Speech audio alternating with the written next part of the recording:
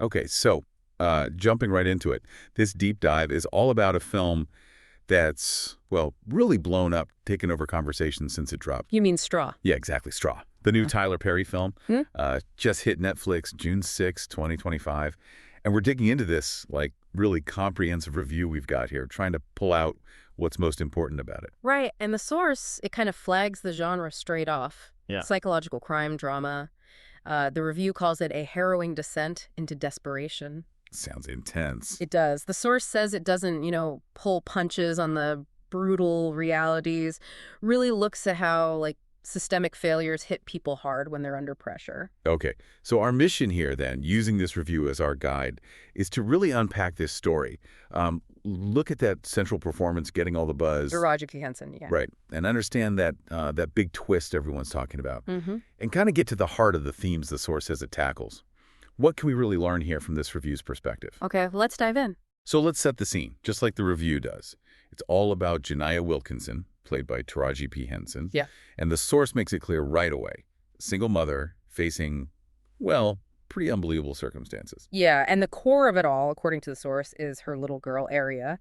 Gabby Jackson plays her. And Aria's got this severe illness. The review says she's a chronically ill young daughter who needs this, critical medicine, expensive stuff. And their living situation, the review points out, is adding to the stress. They're in a dilapidated apartment. No, Not exactly stable. no, and that feeling of, like, crisis and just instability. The review says it's palpable right from the start. It lays out the daily grind of poverty. There's an eviction hanging over them. Oh, wow. Yeah, and the source mentions this, like, shame, Aria can't afford school lunch. And then the big one, the constant, overwhelming burden of medical bills for Aria's illness. It's just relentless. So the review basically stacks all this up to show how it leads to what it calls Janiyah's worst day of her life. Exactly. And that day, the source details how it just spirals so fast. It's like this rapid fire sequence of awful things pushing her right to the edge. Okay, so what hits first? First, she gets fired from her job, grocery store. Okay, bad start. Then, right after, the source points out, they deny her final paycheck. No. So she has no money for the medicine. None. Completely cut off from getting Aria's meds. And then it gets worse. Oh, yeah. The review calls it a cruel twist of fate. She gets robbed at gunpoint. But here's the kicker.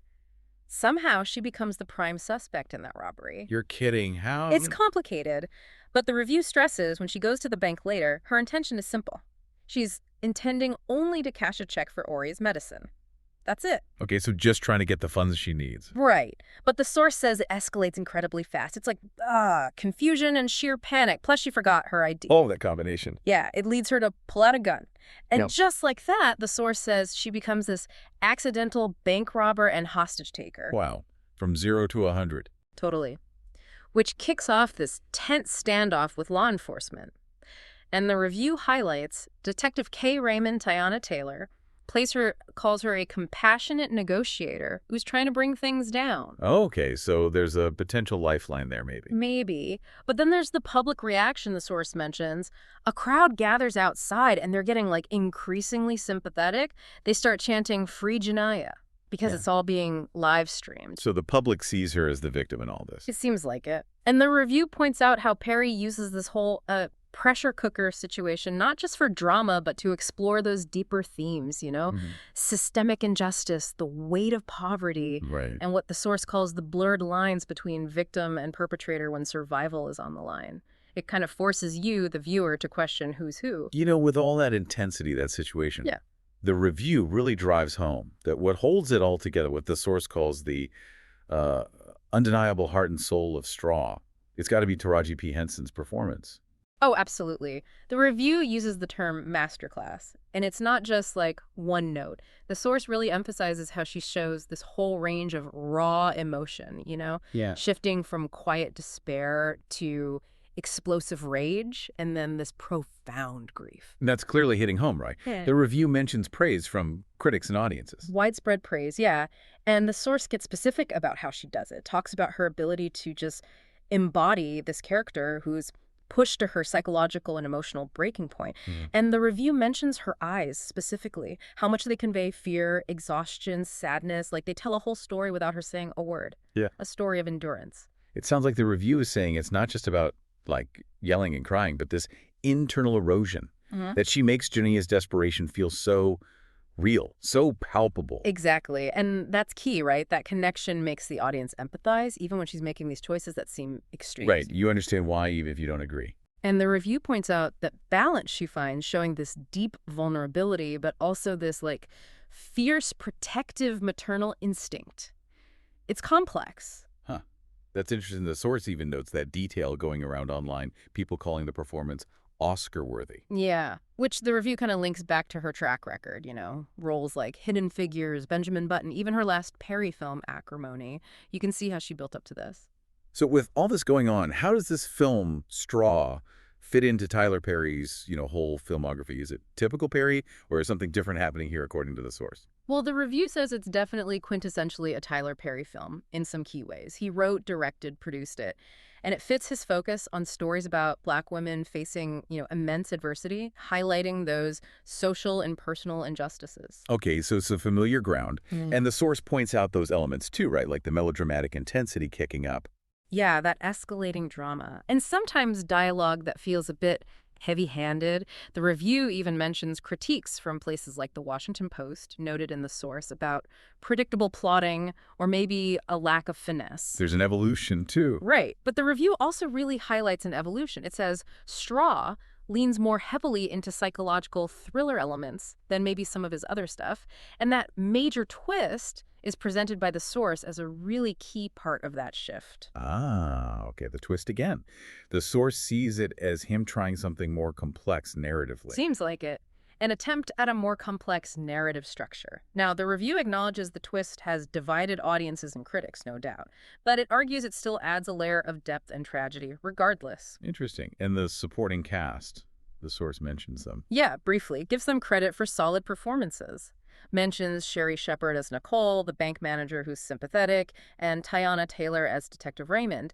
And it notes how having veterans like Sinbad and Glynn Turman adds some real weight, too. Okay, let's really get into that ending. Because the review uses words like shocking and profoundly tragic. Says it completely changes how you see everything. Yeah, it really does. Because, the whole movie, you're seeing things through Jania's eyes, right? You operate under the assumption that everything she's doing, all the desperate stuff, is for her daughter, Araya, who is sick but alive. That's the reality presented. Right, that's the driving force, the medicine, the urgency. Yeah, exactly. But the twist, as the review lays it out, hits right when Jania is maybe about to surrender. She gets a phone call. It's her mother. And her mother tearfully tells her that Arya died the previous night from a seizure. Wait, what? The previous night? Yeah.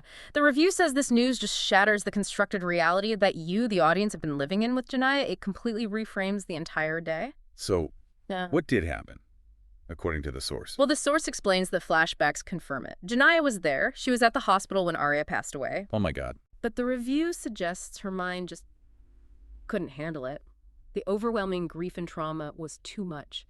So it created this delusion. As the review puts it, she continued to live her day as if Arya were still alive and dependent on her, as a coping mechanism for an unbearable loss. So the whole day, the job, the paycheck, the bank. All of it, the source says, was a consequence of this profound, unacknowledged grief. She wasn't trying to save Arya in the present. She was trapped in the moment before she lost her, acting out that need. That's devastating. The source also mentioned something about the bank scene itself being different. Yeah, another layer. The review clarifies that the really extreme stuff, the violent confrontation at the bank with tear gas and bullets, that was also largely a hallucination, part of her break. So what was the reality of that scene? Much quieter, actually. The review says, in reality, Nicole, the bank manager, Sherry Shepard, calmly talks Jania down, and she eventually surrenders willingly. No big shootout, just quiet desperation and then surrender. But the film still ends with that image. Jania being led away in handcuffs, while the crowd outside is chanting, "Free Jania," not knowing the truth. Right. And the review argues that image is deliberate. It's meant to make you grapple with, the nature of reality, perception, and the awful results when someone breaks down under these systemic pressures combined with personal trauma. It makes you ask, how much can a person take before they break? Wow. And it's interesting, the source throws in this detail. Apparently, Tyler Perry considered an ending where Janiyah died, but he changed it to this twist, which the reviewer felt was more emotionally impactful, even if it's just as tragic, maybe even more so in a way. Yeah, that hits hard. Yeah. So building off that twist, the review points to some big themes that Straw really gets into, right? Definitely. Several potent ones. First, pretty obviously, poverty and systemic indifference. The source stresses how the film shows people trapped in poverty, basically with little to no safety net. Janiyah's whole day is shown as this direct consequence of a system that just doesn't offer her any real solutions. Not for the medical bills, not for the lost job, nothing. Okay. And then the twist really brings grief and trauma to the forefront. Absolutely. The source emphasizes that. How the unacknowledged grief over Arya, mixed with the trauma of her circumstances, leads to her mind's defense mechanism, this delusion, which is protective in a way, but also so damaging. Which connects to mental health, I guess. Exactly. The review notes that too. It's not like they give her a diagnosis in the film, but her actions clearly show the psychological toll of extreme stress and loss. It indirectly makes a powerful case for needing better mental health support, especially for people in vulnerable situations dealing with immense hardship. And finally, the review talks about justice and empathy. Right. That chant, "Free Janiyah," compared to what was really going on inside her head. The review argues it forces you, the audience, to question your first take on justice, to find empathy for someone whose actions came from such deep desperation and pain, not, malice. So summing up the reception, the review says it was a big hit for Netflix right away. Yeah, huge. A global hit. Hit #1 its first week. Instant buzz. But as the source points out, that familiar split in how critics saw it compared to audiences, especially with Perry's films. Yep, that pattern held. Audiences, the source says, were largely really positive, especially about Henson. Critics, more divided. What were the main points of division? Well, the review summarizes it like this. Some critics saw it as genuinely powerful and moving, a drama that connects with real struggles people face. But others focus on those familiar Perry tropes, the melodrama getting dialed up, maybe some sometimes clunky dialogue, like that Washington Post critique highlighted in the source mention. Okay, so a mix. A definite mix. But the source kind of wraps it up by saying, look, regardless of critical consensus, Straw packs a serious emotional punch. It's compelling, even if it's disturbing. And it calls it a powerful vehicle for Taraji P. Henson's exceptional talent. Right. And it concludes that the twist, love it or hate it, makes it memorable and thought-provoking. A significant entry in Perry's huge body of work. Okay. So drawing all this from our deep dive into the source review, we've covered the really grim setup of Straw, the incredible performance from Taraji P. Henson that the review raves about, the absolute shock of that ending twist and what it means, and these really heavy themes, poverty, grief, trauma, mental health, and how it challenges our ideas about justice and empathy. Yeah, the review makes it pretty clear the film wants to make you think. Really think about the pressures that can just break someone. So for you listening, what does all this mean when you encounter stories like this one, when you think about them? It kind of leaves us with this big question to chew on, something the source review definitely brings up. How much do these systemic failures, these cracks in the system, actually create the conditions for people to break down? And maybe even deeper, how does our own perception of what's real shape how we feel empathy, how we judge what's just, especially when someone's dealing with unbelievable trauma? It's definitely a lot to sit with.